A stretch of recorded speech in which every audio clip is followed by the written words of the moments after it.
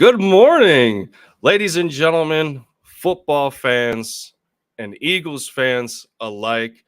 This is a new avenue for me. So, as a part of or brought to you by the LinkedIn podcast, this is your co-host Lindy Endzone. If you didn't already know from the LinkedIn podcast, I bring you Linked in the Endzone, where we're going to get a little more detailed and dive into some of the topics that we have been going over on the LinkedIn podcast. Of course, brought to you by Sideline Sports.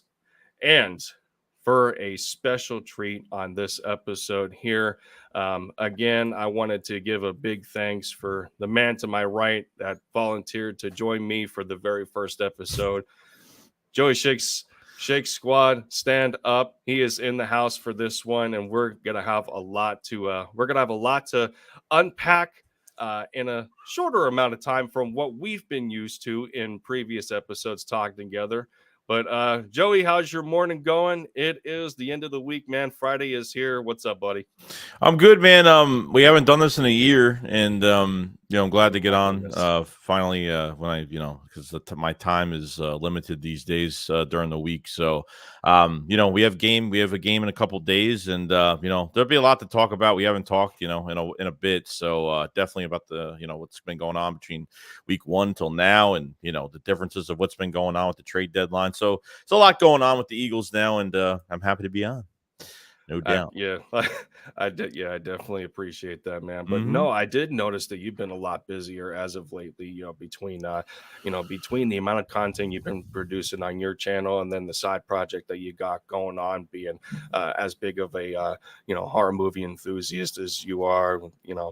Jason Voorhees as as your logo and everything, mixing that in Star Wars. The whole shebang. Yeah. But that's that's what makes everybody unique. We love Eagles football, and then we have our side hobbies as well. But who better in the content creator community, and along with other things, we have had, I think, at least this is our 4th episode together. So we always bring it in terms of breaking stuff down, and our opinions and our takes on things always bounce off each other very well. So we got some stuff to get into, and I wanted to bounce some things off of you from what I've seen from this Dolphins game, and that's where we're going to get started here. As it's been talked about, throughout the week, Kelly Green week.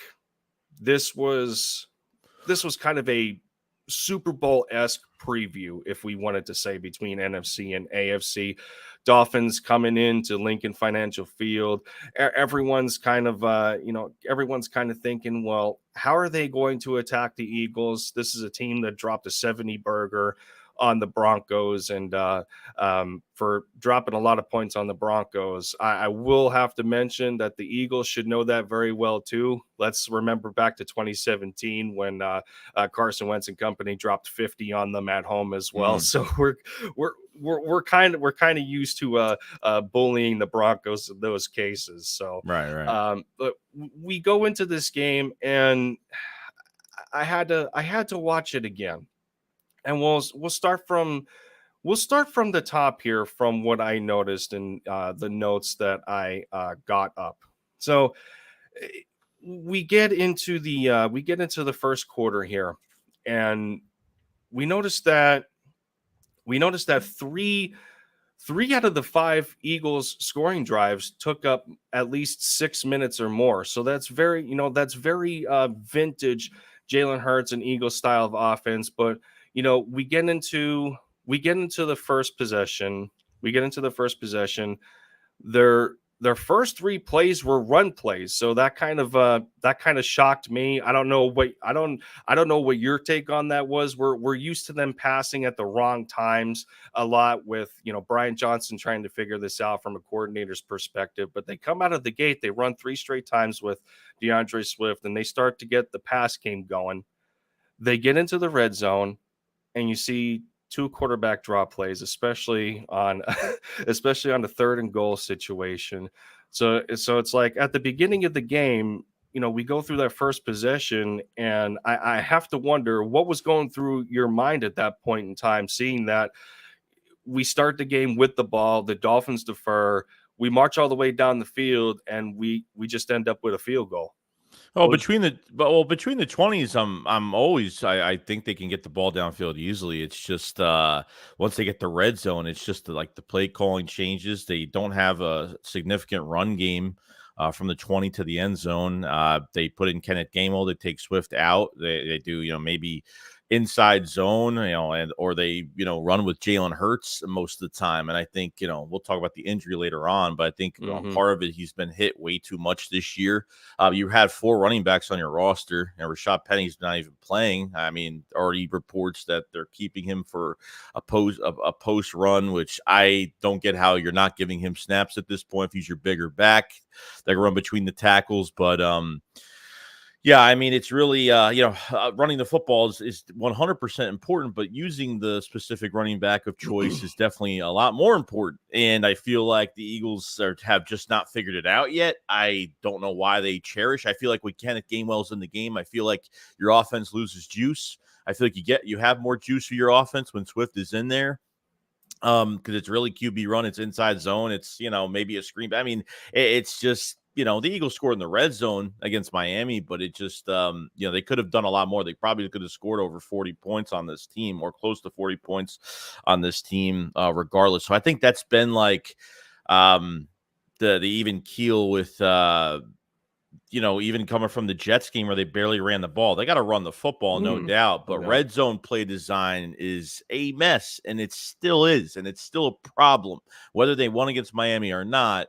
A lot, I don't want to kick field goals. This offense, I mean, you're handed a top 3 offense on a silver platter this offseason for Brian Johnson, and you got to do more with it. I mean, you brought in Julio Jones, so hopefully there's more targets out there now, at least, big targets. So we'll see what happens. But I've been really pissed off about the red zone, no doubt. So has it to everybody though. I mean, you go from last year being a top 3, top 5 team and over 65%, and now you're barely hovering over 45. It's the difference between 3 points and 7 points, and that's why a lot of us are just frustrated with the lack of an offensive production, because we could be putting a lot more points on teams, let alone the fact that they're, going week in and week out. We're not seeing defenses. We're not seeing consistent defenses either. And I think the Dolphins went into this game like 26th or 27th in points allowed, and you're still having these issues in the red zone. It's just it's not adding up very well. So and I go through that first. So I'm going through that first possession, and I'm going through a couple of other possessions, and I'm watching what the Dolphins are doing. I'm watching what they're doing defensively.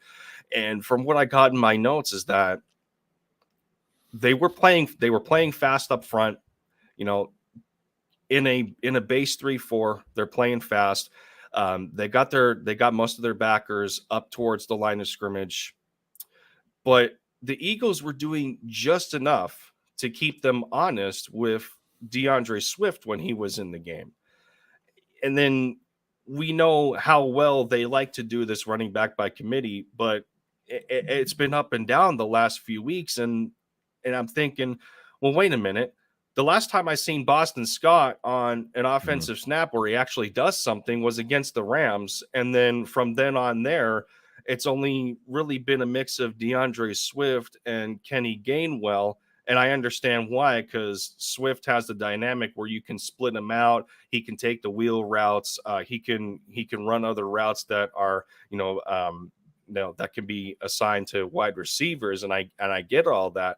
But for how many years we've been used to this committee style of running back group, and we just, I don't really know where it is. And you haven't played Rashad Penny, but you let go of Trey Sermon, and he's actually getting snaps on another team, and he's been on and off playing very well.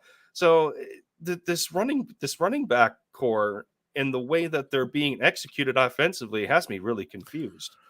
Yeah, I think with specific plays when Gainwell is in, it's because he's a bet he could pick up blitzes and he can give you pass protection, I think, or he could chip block really well. Like that's I think it's a stupid excuse, because I don't think Swift is the best, pass protector at times. And I think they use Gainwell in those Right. specific moments for that.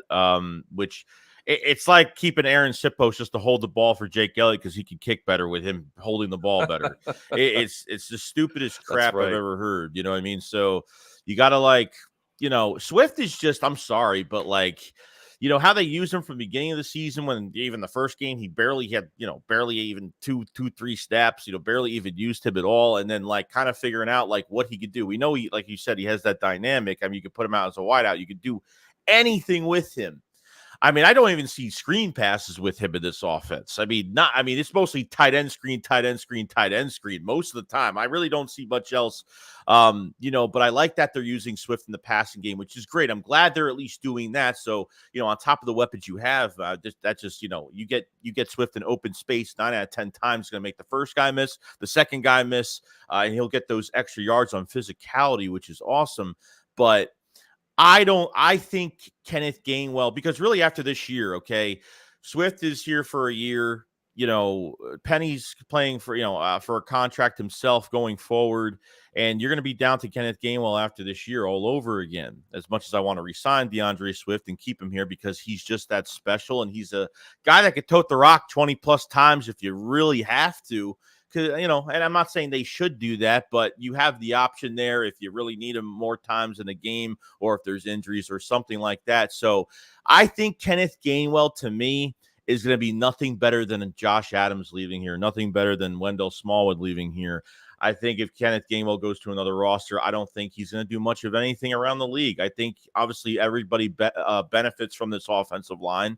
Obviously, Miles Sanders definitely did, and look at what he's doing this year. Could barely even stay on the field and only averaging 3.1 a carry, which is just insane. He definitely misses this offensive line, no doubt. This is a running back's dream, and you got to put the right running back in there to really just flourish, man. And I feel like they're missing so many opportunities this year. Did we really see that coming from the Panthers, though? Being winless to this point, trying to incorporate Bryce Young, and Miles goes over there, and they still have a couple of weapons, and what happened? Yeah. I still can't fathom it. They're in a bad place right now. Yeah, and it's interesting. We're talking about we're talking about blitz pickup or pass protection with these running backs, and you look at Kenny Gainwell, and that was actually one of his weaknesses coming out of Memphis. And everybody remembers, and they were replaying the video where he completely floored Micah Parsons when they played against Penn State. But other than that, it was really a struggle of his. So I do commend him, and I do commend Jamal Singleton working with these guys, and the running backs coach doing a very good job. But I just don't know.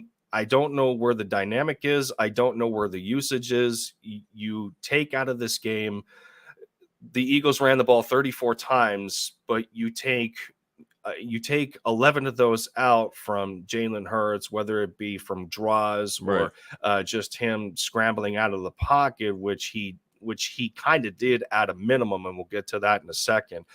But this was a very balanced football game, 31 passes to 23 runs. Me and you, we're going to take that all day. This is what the Eagles were meant to do, and I understand there's a lot of people talking about that they want to be a passing offense, but their bread and butter the last couple of years was always been about establishing the run and just not wasting the talent of that offensive line, because at this point in time, there has to be how many other different running backs out there in the league that wish that they can play behind this line and be as productive as they are. Because we just talked about Miles Sanders. He has his first career 1,000-yard season. We don't keep him, and then he goes to Carolina, and that's a different story because they're in a bad spot. But it's just, you get production with this offensive line. They're built to run and pass the football. And you go into this game, DeAndre Swift gets 15 carries, and Kenny Gainwell gets 8 of his own and only averages 2 yards a carry. So it's, I He's just, not good enough. He's just not good I, enough.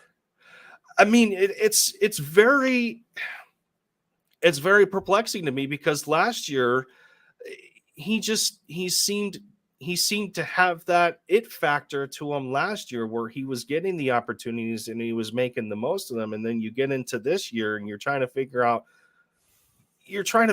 where it went. I'm really not sure of that. And I think part of it has to do, I think a little bit has to do with the way that these guys are being utilized. And I go back to the fact that we really haven't seen Boston Scott offensively since the Rams game, but he's been on special teams, whether it's returning whether it's returning kickoffs for the most part. And it's, what's going on there?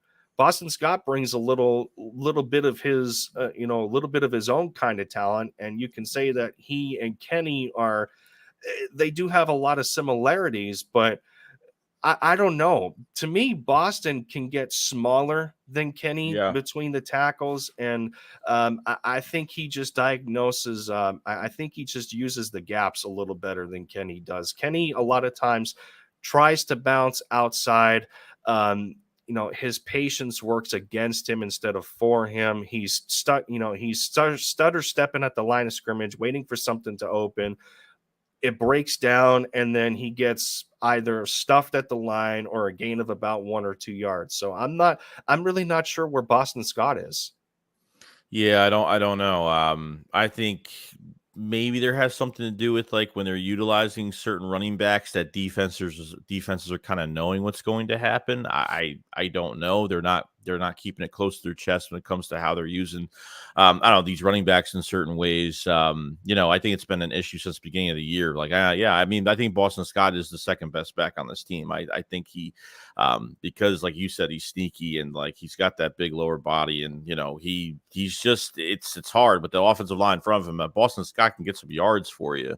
I'm not saying that Kenneth Gainwell is the worst running back on this team. I'm not saying that he's a bad player. I just don't think he's just good enough for how they use him. Maybe if they utilize him a little bit better, I don't know. But I don't know if I'm going to start looking for a different number 2 punch for this team. I just don't think it's good enough right now. Kind of like with the Jets game. Like the one thing I hate even with Swift as well and how they use him is like, if he gets like a run for like 1 to 2 yards, I felt like they just stray away from him for like more than 1, 2, 3 series and then go back to him later on. You got to keep doing it. I thought even this year, from last year to this year, I felt like they had to change their identity a little bit because they really couldn't get Jalen Hurts into a rhythm. So I felt like to do that, they had to establish the run game first, then get to the passing game. And just do it that way, because I feel like, you had somewhat of a learning curve this year. I felt like the offseason had a lot to do with it. 2 new coordinators, a new offensive coordinator. And as much as, I wasn't worried about Brian Johnson going to the season at all. Like I wasn't. He was next to Shane Steichen all year last year. So I figured, he might unveil he might open the playbook just a little bit more. But it looked like, I don't think they gelled too much. I kind of took the first 3 regular season games as their preseason games because I felt like they weren't gelled enough. Some of these older players haven't played since the Super Bowl last year. The joint practices are more valued than the preseason games. Nick values that a lot more, and I think the offseason program definitely needs to change because of that. Because you are limited in joint practices. You can't go 100% at times and tackle and go crazy. And it's not a game-like situation. As much as they think they can make it into a game-like situation, there are limitations when it comes to these joint practices. So, I think, I hope they figure this out with the running backs. I really hope so. And put in some Boston Scott and not sit him, because I think he's just a waste for kick returns, to be honest. And that's it. So this sounds completely counterproductive from a free agency signing standpoint with Rashad Penny, and not seeing him on the field, or like being elevated up in the depth chart to the to the 53, because I believe he's on the practice squad right now. And speaking of which, Julio Jones got moved back down to the practice squad because I think he has two more elevations left, because he was initially signed to the practice squad. Right. So the Eagles have two more times that they can bring him up before they need to make a decision if they want to put him on the 53 or not, which I have to imagine that they're going to want to, with the lack of depth at the the slot position for receivers. Quez going on IR again. He's not available until week 11, and between him and Zacchaeus. So I don't know. This is the only thing that I've been speculating to myself. Are they preserving Penny for the Seattle game? It sounds stupid, but that's what I'm thinking, because I mean, he comes over from the Seahawks, and it's like, well, okay, well, we got a guy in house that can tell us a little bit of what they do offensively, this, that, and the third, and the Eagles have done this before with players, and it's used across the league. But it's like, are we preserving him for specific games, or it's like, or is he just not showing enough being on the practice squad? I have no idea. He was dealing with an illness either a week or two ago, and whether he's having a difficult time being ramped up, I have no idea. But at this point, it's just almost a waste of time, because you still haven't found out or figured out to this point if he can provide anything better from an offensive standpoint, when you're not getting much production to begin with from Kenny Gainwell, and Boston Scott's not seeing the field as much as he did last year. It's like, what's going on here? Yeah, I don't know what the whole thing with Penny. When we heard the first news from Diana Rossini on like the Eagles were going after a top tier safety, there was speculation. I don't know if teams actually called the Eagles because of Rashad Penny. Like, why is Rashad Penny not getting any snaps? Is he not healthy? Teams probably called, maybe questioned the Eagles, like, what's going on? And the Eagles like, oh no, we're keeping him. We're not moving him anywhere. You keep 4 running backs this year, and I feel like he's been more reserved. I mean, from what we heard, like they're waiting to use him in the colder months and towards the playoff run, I guess. I mean, the problem I have right now is that the guy's not taking any game like hits right now. He's not getting into, because all I'm waiting for right now is them to put him into a game and he fumbles the ball or some crap like that. And that's what I'm really nervous about that. Because really, like, that was the first signing, and we were like, oh, Rashad Penny, like, he only played 5 games last year. He dropped some weight, which was great. The Eagles have been really taking care of him health-wise, which is awesome. He felt really good. He was felt lighter on his feet. But like, there's got to be a plan. Like, what is the plan behind Rashad Penny this year? Because he's wasting a spot, or he's going back to practice squad, or I don't think the illness stuff. I think they're just trying to make some excuse to, that he's not going to play or something like that at this point, because now you're signing other guys. Like, you kept 4 running backs, you kept 7 corners, you kept, you're keeping, a lot more. You have 4 tight ends they kept at the beginning of the season, which they never really do. So, I don't know what the plan is. I wish beat writers would be a little bit more aggressive with these questions on why is Rashad Penny still not being used. I figured once they got Swift, then they were going to move him, or maybe, I think he was like, obviously he was the first guy, and, he came to Philadelphia. He's like, oh, why not? Coming off a Super Bowl, this team, this offensive line, it's a dream. To get myself more money, what is the best what is the best opportunity for me to make, to get more money and have the best game, year of my career? It's with the Philadelphia Eagles behind this line, and they haven't done nothing. They're kind of hurting his value right now, for himself at least. But so while we're still on the topic of offense, let's get into a little bit of what we've seen from Jalen Hurts. And you look at it on a surface level here. 23 of 31 for about 280 yards, averaging 9 per attempt, 2 touchdowns. He had a QBR 76. You'll take that. His passer rating was just about 110. Very good across the board when you take the when you take the turnovers out of it. But we'll get into the turnovers as well here as we're talking about our quarterback, and all the conversation this week and post Dolphins game with where his knee is, and all of us on the outside are trying to figure out how severe is it. Are they not telling us something? Is it more severe? Is it less severe? To me, Jalen Hurts is not he's not the type of he's not the type of kid that's going to play around with stuff like that.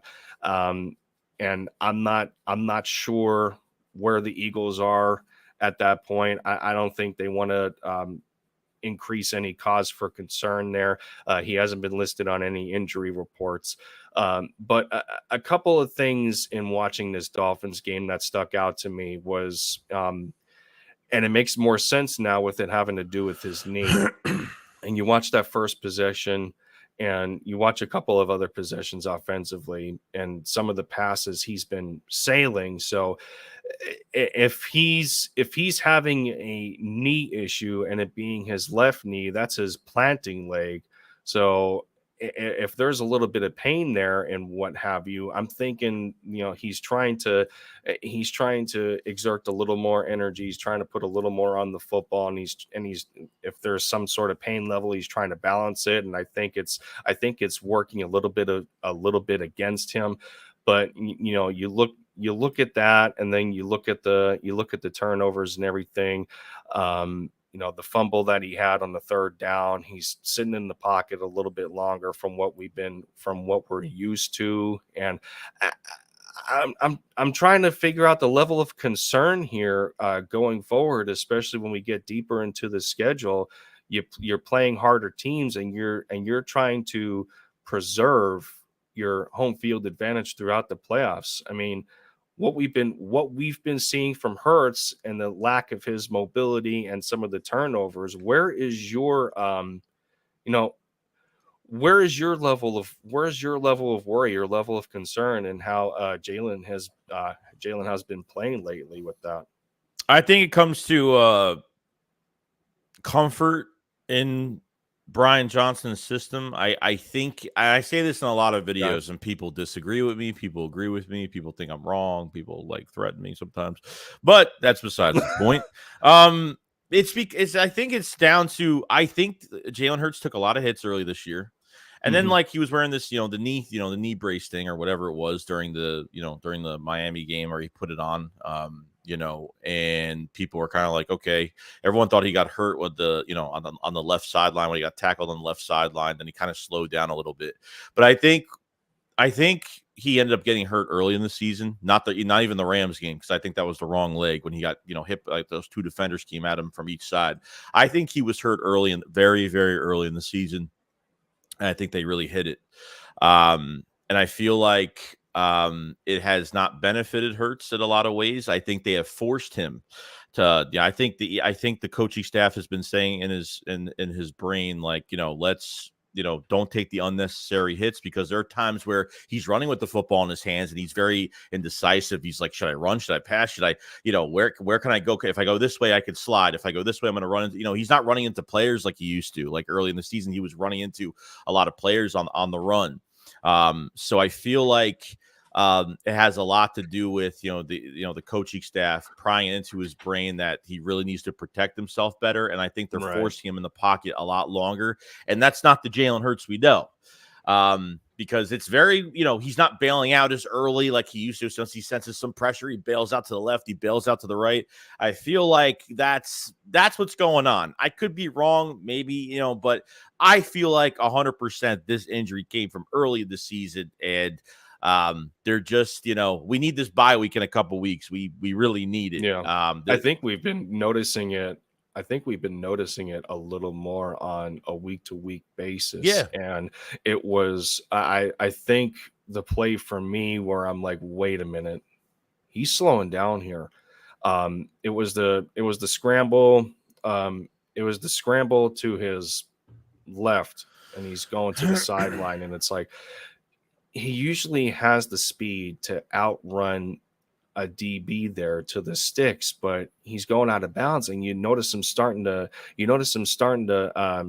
slow down a little bit even before he reaches out of bounds. It's like, wait a minute. I think there's something has to be he wrong. Like slows there's a level of down. discomfort. Even getting up and walk, like everyone gets up, he Yeah. gets up real slow. Like I could see it. Like but you have an offense right now around him. Like he got to use everything to his full advantage. Like let the offense work around you. That's why I'm saying with these running backs, use them correctly, man, because you have a gift right now. You have a monster roster around you. Got to let it work for you. Don't put too much on Jalen Hurts. And when we have to put it on Jalen Hurts at times, like he will run, and he will slide and not take the big hit. So I totally get it. But, you got 2 division games coming up, and, and the Eagles got to take care of business, and you just got to, hopefully that bye week is definitely going to help a lot better. I mean, you have you can't get a more perfect bye week, so I think it's a nice halfway point, a little bit more than that. Get guys healthy, especially him. I mean, the last franchise quarterback, quote unquote, that we had before Jalen Hurts, before he kind of imploded on his own, was a fringe dual threat quarterback, especially especially in year 2 in 2017. He had the habit of wanting to extend the plays himself and go out of structure if something is not there. And while Hurts is still elite at doing that, he's very elite at doing that.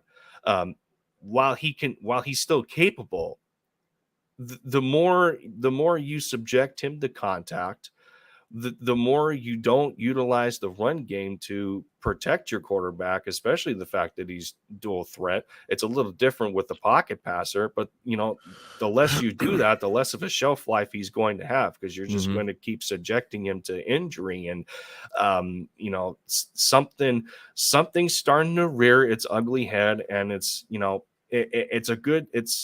it's never a good time for it. But we have to say it's a good time in the context that, the bye week is coming week 10.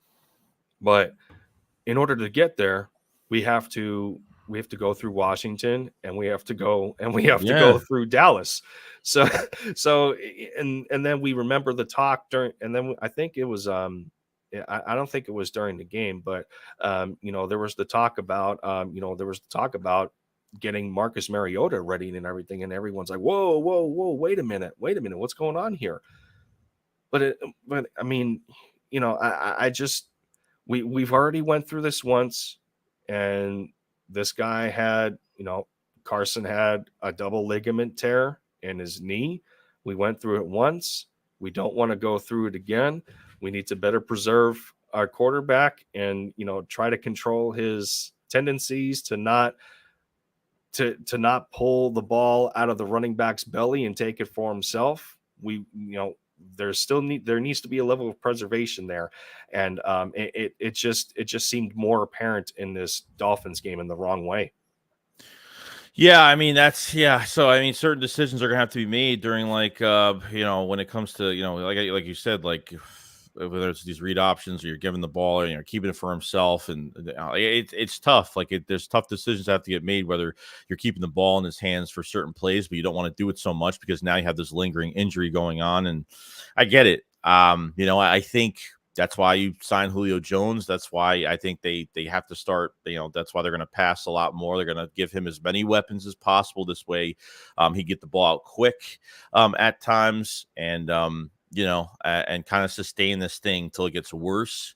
Like I said, mobile quarterbacks don't really have like you said, a big shelf life, when they're getting hit too much, because if you can make guys miss, you'll have a longer career with your legs. And I think this year he's just taking a little bit too many hits, especially beginning of the season. So I think it's taking a little bit of a toll, but the Eagles are 6-1 right now. And, they have enough to get the job done. So, by grace, we are 6-1 in the middle of trying to work with a first year offensive coordinator who already has a strong relationship with the quarterback, and and everyone was kind of worried moving on from Shane Steichen because he really he really had it going on in year 2, and I think that's the thing for me, is that while Steichen had a little more experience at the NFL level, he had 2 years. He had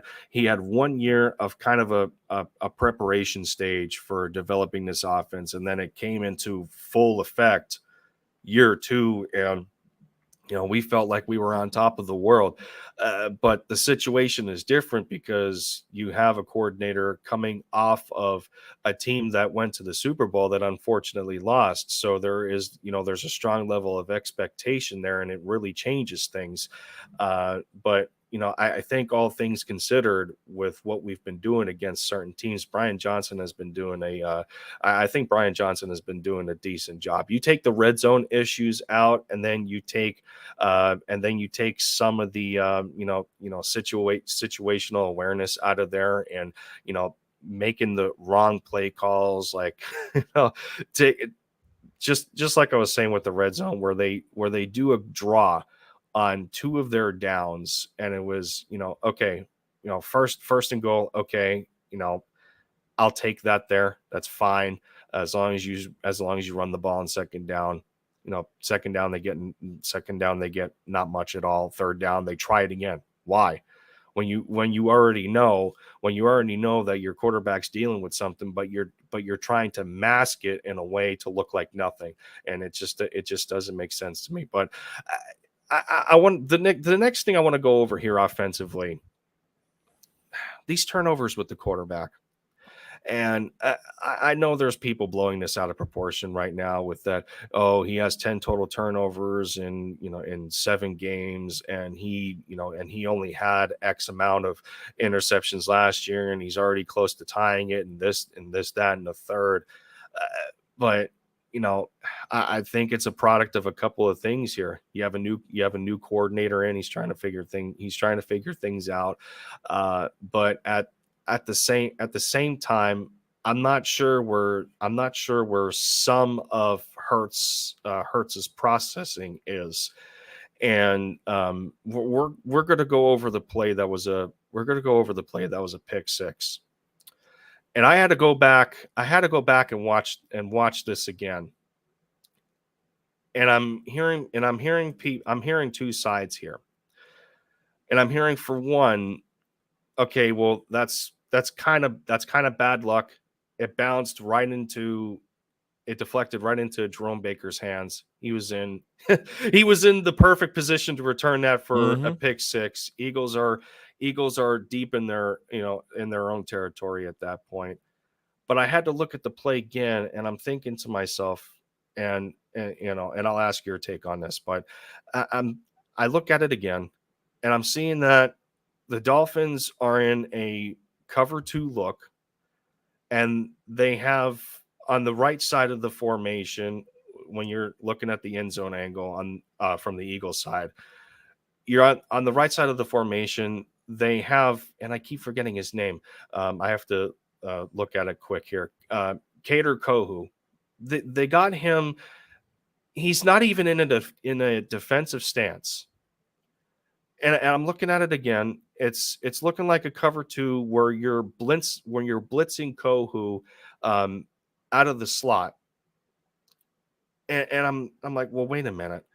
I think one of 2 things could have happened there. One of them, for me, I don't think was in the structure of the call, and I feel that Goddard could have chipped him.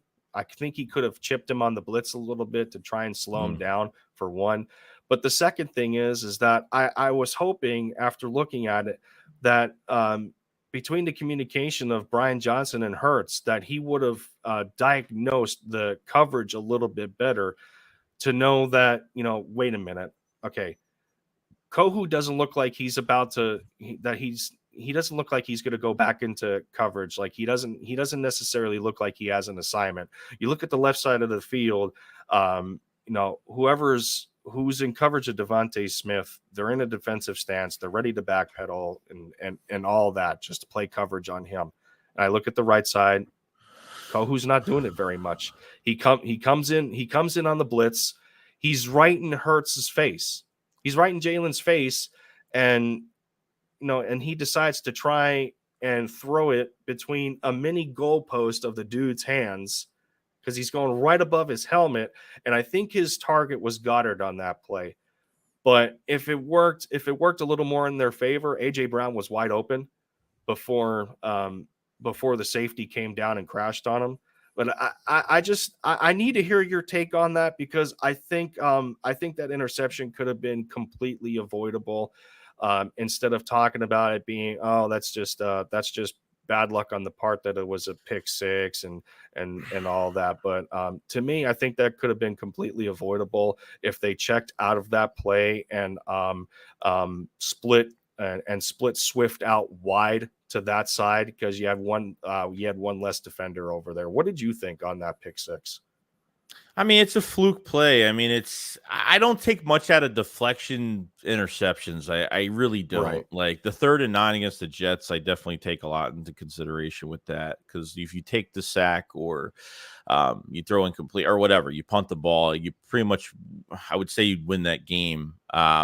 But I think people digest into it way too much. Now, I understand that maybe there's a progression issue. I think it's, like I said, I think there's a little bit of not much comfort with Brian Johnson and some of the play calling at times where they're forcing him to throw and force him to stay in the pocket at times. But yeah, I could have probably checked out of that. No doubt. I think he forces a lot to a player that he wants to, catch the ball. I feel like, it seems like it to me. Yeah. They've done that this year where you throw it deep, where, like the guys, whether AJ Brown, Devontae Smith's not even open, but I feel like they're trying to get a PI call at times, like just to get away with one.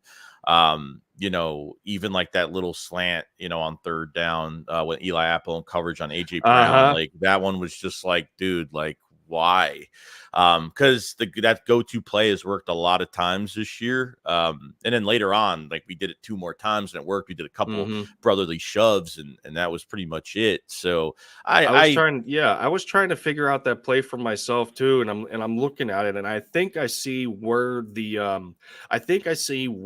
gap was that Hurts was trying to throw into between the tackles. And I think I know where it was. And I thought to myself, maybe he could have ripped that a little sooner and tried to get it into AJ's belly, but where it should have been, you want the corner to work for the incompletion, force him to get a little uncomfortable, force that DPI. You get him on AJ Brown's back, you get him on his back a little more. And Eli was a little bit early, but it was all about the ball placement there, and it was behind AJ. So I think if Hurts gave him a better ball, that's a first down. But that ties back into his knee issue, and that just being thrown a little bit off. So I think it's a combination of that, and I think it's just a combination of where Hurts was in terms of his position in the pocket. So that's what I was thinking there.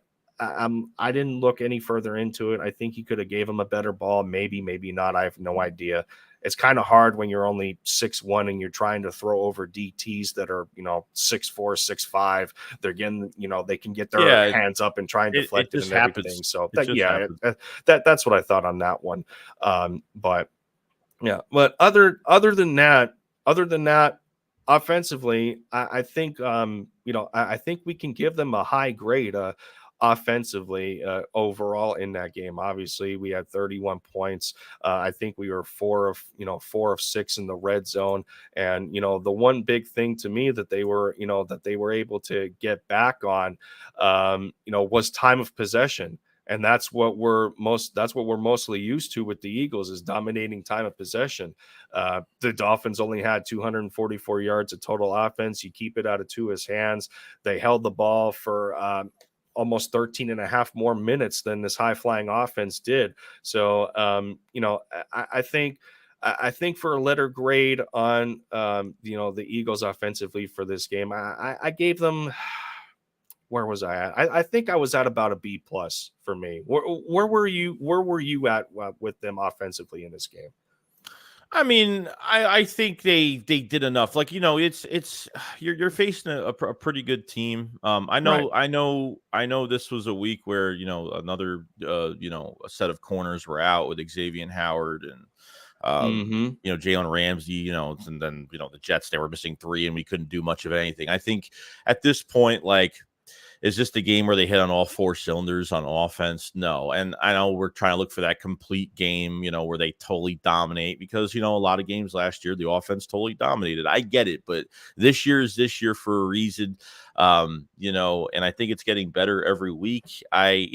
Besides like the running back misusage and some of the red zone plays that are questionable, I think everything's very fixable. Not even just offense. I said both sides. I think things are definitely fixable on a lot of reasons. So, I think with Jalen Hurts and how they're using him and how they have to use him right now is just something we have to deal with for the next couple of weeks. And hopefully with the bye week, they could kind of unleash him a little bit more and will look more, commanding, with his legs. And, we'll see the difference. We'll see the difference after the bye week. You got a gauntlet of teams that you got to be healthy for. And two division games. You got KC, you still got the Bills, you got the 49ers. So, you still got some, I mean, we're already halfway in the season already. It's already like, it's crazy how fast it's rolling, but offensively, like I said, everything's fixable. Like we could complain about things and nitpick a lot of things because you can't take just the good, you got to take the bad with it too. But hopefully they get more, Boston Scott involved. What they're doing with Rashad Penny, and hopefully the red zone will be a little bit better. So yeah, I feel the same way. This game they were 4 of 12 on third down. I mean, you're looking at a third of the time you're completing those. That's not always going to be a winning formula, but they converted all of their fourth downs mostly with the brotherly shove and that awesome 4th and 3 play that was a little out of structure where Hurts hits AJ Brown downfield. So I mean, we're just waiting for that breaking point that they set themselves over the edge and everyone just gets a huge sigh of relief. Yes, that's the Eagles offense we remember from last year. Everyone's just waiting for that time. True. So we spent a lot of time with the offensive side of the ball, and rightfully so, with the position that they have been in so far through 7 games. And defensively, there's 2 things that I took from this game, but on one side, Sean Desai. I mean, I've been giving them so many ovations and how excellent of a job he's been doing. And then you come, this high powered offense comes into your building, and outside of the pick 6, your defense gives up 10 points. For a team that dropped 70 on the Broncos, and you take of it what you will, because again, if we're going to go strength of schedule for the Dolphins, we have to call it down the middle, call a spade, and do it for every other team, because the Eagles have had those games too. We're just not scoring as many points as the Dolphins are. But I think there's 2 reasons for that. Number one, Sean Desai was very prepared for this game. And I think a lot of it had to do with the fact that we have seen some of these offensive concepts already earlier in the season, where the Dolphins are working a lot out of 11 personnel. They're trying to stretch you down the field with the vertical game, bunch formation concepts on the line with their receivers. Where did we see that first? We seen that against the Rams with Puka Nacua, Tutu Atwell. That was Cooper Kupp's first game back, so everyone's like, ah, crap. Now we gotta deal with him. Right. The defense got the job done. They got the job done. So, and then I'm looking at this game, and I understand injuries play a factor in it and everything, and it's a week-to-week lead. The Eagles are dealing with injuries of their own. But offensively, there was 2 injuries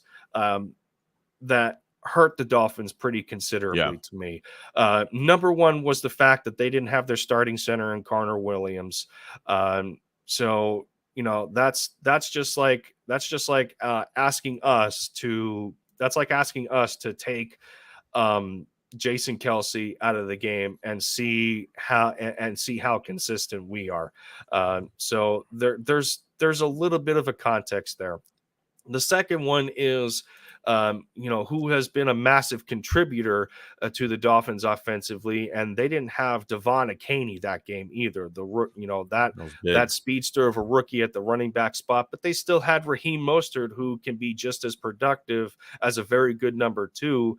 And it was said during the game that whenever he gets a chance to play the Eagles or a team, or a team that passed on him, being that, we had Raheem first, he plays a little bit harder. Of So course. Yeah. he was pretty decent. He was the only one that was really given any sort of production out of the run game. 9 carries for 45 yards, averaging 5 a carry. You're going to take that. But when you lose a wrinkle in your offense like Akaney has been, a massive part of the run game, the Dolphins being lethal there, you come into this game and they're held to 45 rushing yards. So that really, I think that was a big thing that weakened them offensively. A couple of other things that I was kind of weirdly struck by with how the Dolphins were playing. The Miami Dolphins strike me as a team that's going to attack you more vertically than horizontally. And what do I mean by that? A lot of what Tua was taking and a lot of what the Dolphins were doing offensively this game is that a lot of their plays, they were taking the underneath game. They were trying to go sideline to sideline against the Eagles to outrun them and beat them with speed closer to the line of scrimmage. And we were in a position where we had to play 2 deep safeties the entire game because of the injuries that we unfortunately sustained with Reed Blankenship. Justin Evans has been on IR. He's not eligible to return until week 11. So we were stuck with playing a rookie in Sidney Brown. And then Terrell Edmonds comes in after only playing special team snaps against the Rams. And he ends up playing 100% of the snaps before he gets traded. So I think a little bit of it had to do with what the Eagles were doing defensively in terms of the split safety look. I was waiting for that explosive play from the Dolphins, and a lot of what they were doing was just going sideline to sideline. We seen a couple of the crossers with Jalen Waddle, and I have to bring up the 3rd and 18 again. Yeah, of course.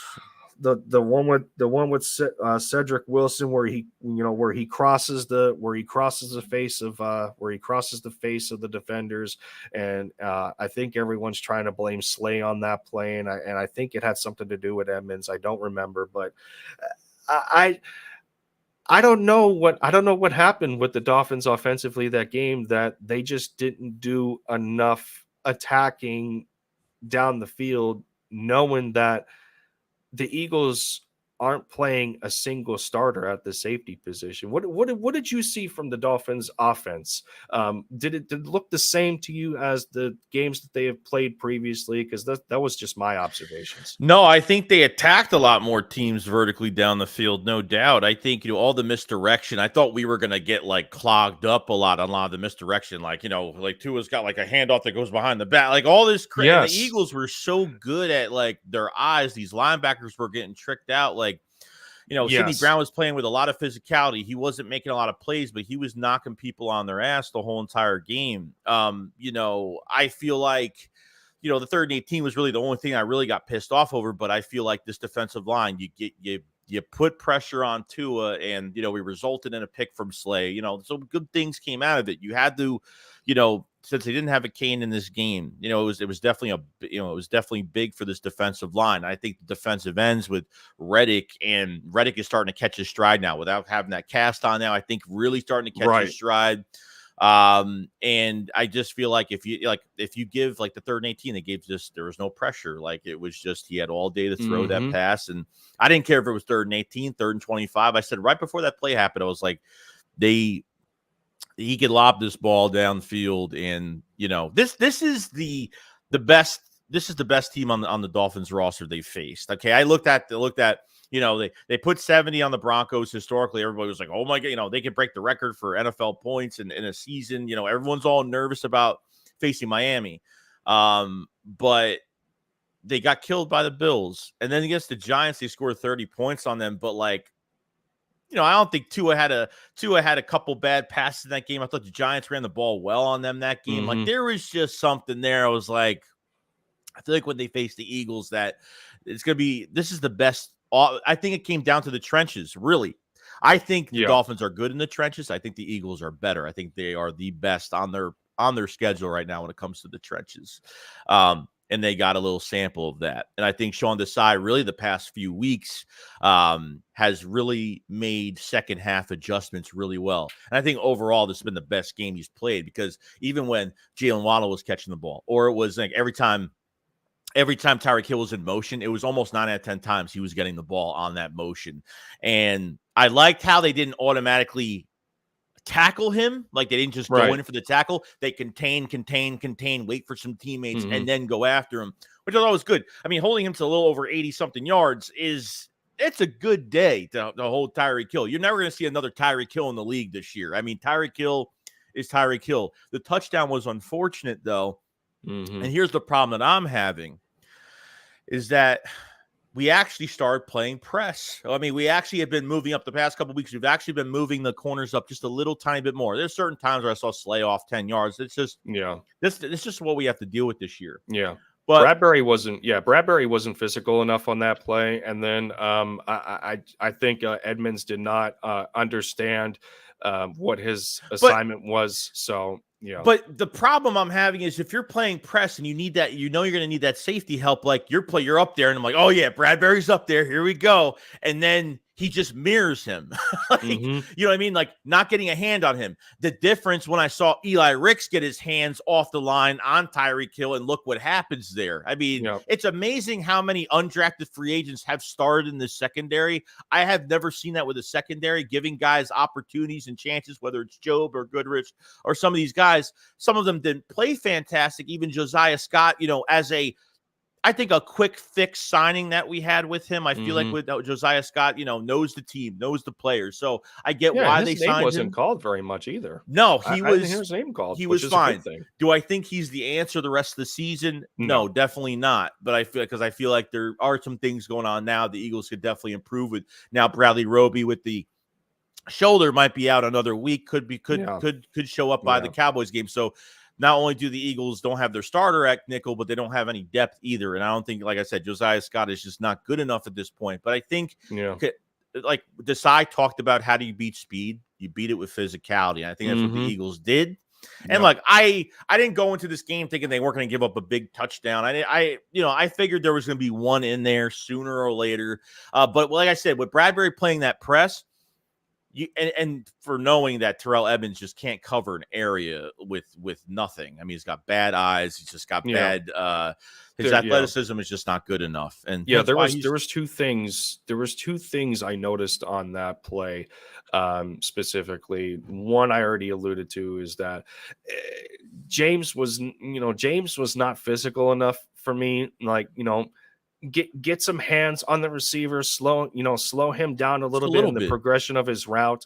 And, and I'm not picking on Bradbury here, because I think this was also the assignment for, most of the secondary. I mean, between him and Slay, is the fact that they were playing mostly outside leverage. They wanted everything to funnel inside so that they had extra coverage, whether it was at the third level or the second level, making sure that they had linebacker help, and then to try and keep the safeties in line. Most of their leverage was played outside. I think they didn't play a lot of inside because they didn't want to get in a side, a situation where you're funneling everything to the sideline, and then you end up getting beat in a track meet. You're one-on-one, you have nothing, you have no help over the top, and your safeties are trying to, they're trying to cover the outside half instead of the inside half. So they wanted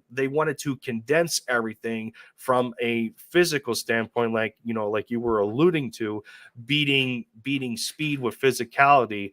And I think that was one thing that benefited them very well that the Dolphins did not adjust to. Yeah, no, I get it, and I think I like I said, it's Sean Desai. I think this has been like a building course throughout the year, because I felt like Sean Desai was going to be a big weakness this year. Like I was just going to give him a chance, Right. but I didn't. I know that it was you got to think of it this way: like the apprentice beat the master. Okay, he beat Vic Fangio. His defense Yep. beat Vic Fangio's defense, and I was I was a little nervous going to this game because Vic Fangio, he was with us all year last year. He was supposedly supposed to be our defensive coordinator before all the tampering stuff went down.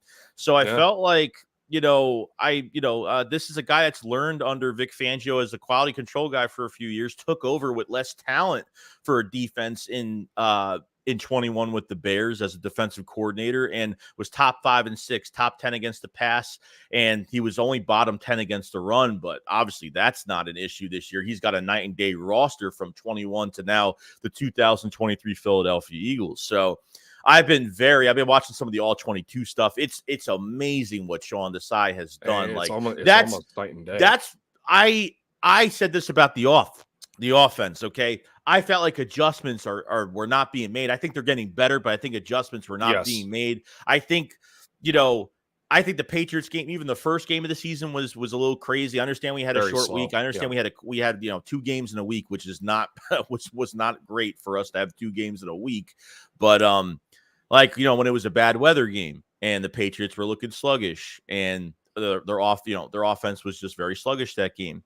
As soon as the weather stopped, Mac Jones was slinging the ball away. They made the adjustments. We stayed the same in that game. We didn't adjust to, that's the issue I'm having. That was the issue I was having with the offense beginning of the season, because there was no adjustment. So when it comes to Sean Desai, man, it's been great. I think really since the Rams game, it's really turned up. The second half of that Rams game, it's really turned up, and disguising coverages. And now with certain players, that are here now in the back end, that safety looks so much better now. Kevin Byard coming in. Yeah, it's great. It's fantastic. So I think we're about to see another wrinkle of this defense that we haven't discovered yet, and the Washington Commanders may be the next victim of it, with Kevin Byard in here in the fold. Reed Blankenship's looking like he's going to be ready to play this Sunday. So you got the 2 Middle Tennessee State alumni playing side by side. I'm completely excited for that, man. But before we put a bow on this, speaking of the Washington Commanders, do a little quick preview here from your point of view and how they're looking, and from what they've been struggling with since the last time we've seen them. Sam Howell is on pace to take, 97 sacks. The offensive line is not doing him any favors right now. I think it was Jonathan Allen speaking out in an interview with a bunch of F-bombs and everything. He's irritated with the team just doing nothing but losing. And across the board, in my opinion, when you have one of those respected veterans of your team, when you have one of those captains of your team, kind of talking like that in the context of it, it's it's not much of a morale booster to me at all. So I don't know where the Commanders are as a team on that front. Montez Sweat and Chase Young sound like that they are, going to be on the trade block before the deadline Yeah, we'll ends on see. Halloween. So it's like going into this game. I can't imagine you think this way, but do you think this is going to be the same Commanders team that we played and unfortunately had to beat them in overtime to get a win off of them, or are they heading downhill now?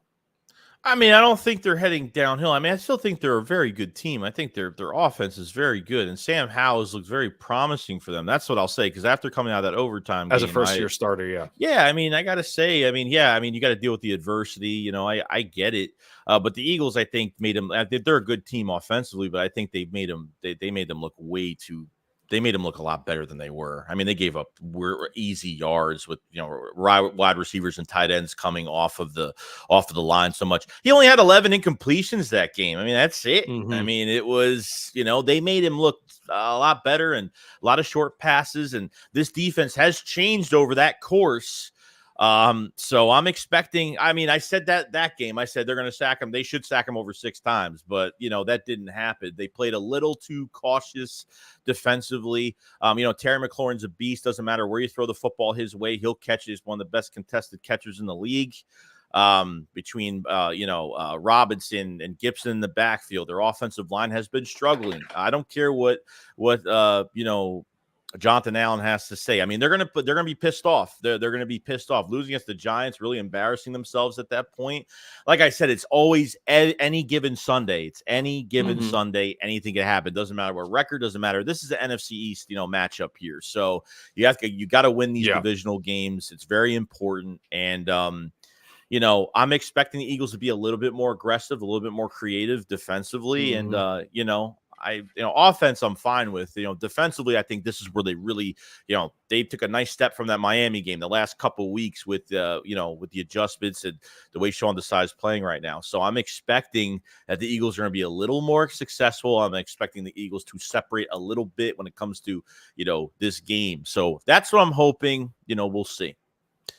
Yeah, I'm kind of on the same page myself, and I was thinking that it seems weird because it's a combination of how well that we already know the Eagles fan base travels when we go into enemy territory, how well they traveled for the Rams game, the Buccaneers game.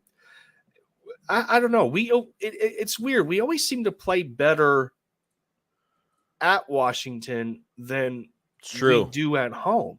It's true. Yeah, I don't know. That's a weird. That's actually. I never even thought about that. That's actually true. It's very weird to me. Yeah. That's how I always felt, because it's like the Commanders get into this offensive surge at spurts, but it fizzles out at the wrong times. Yeah. But they don't do that when they're at the Linc.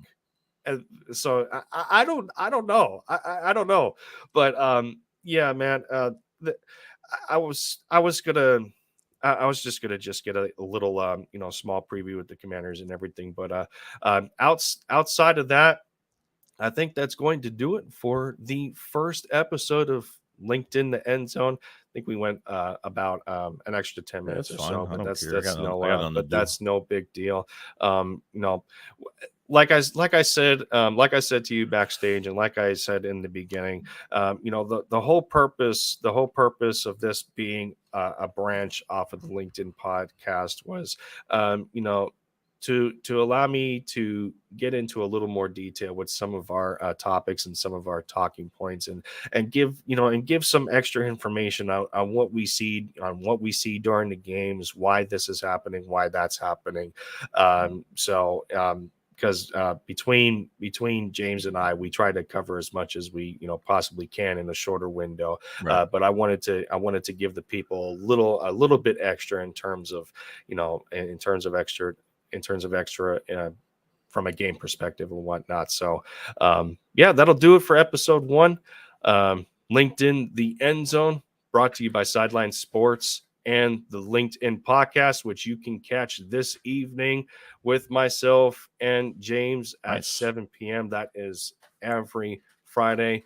Joey, once again, thank you, man, for opening this show with me, as I'm going to try to make a weekly thing out of this, man. Have a different guest on every week, like I used to do with Touchdown Talk, and, really get in, really dive deeper into some of the topics. So, once again, it was a pleasure, man, and thank you for doing this once more. And anytime, bro, anytime. I would just, it's just my schedule wise. Sometimes I gotta find the right moment to do this. Sometimes between work and everything the hell else. So, and the Eagles are busy this week. So, we'll see if another trade happens. We're hoping so.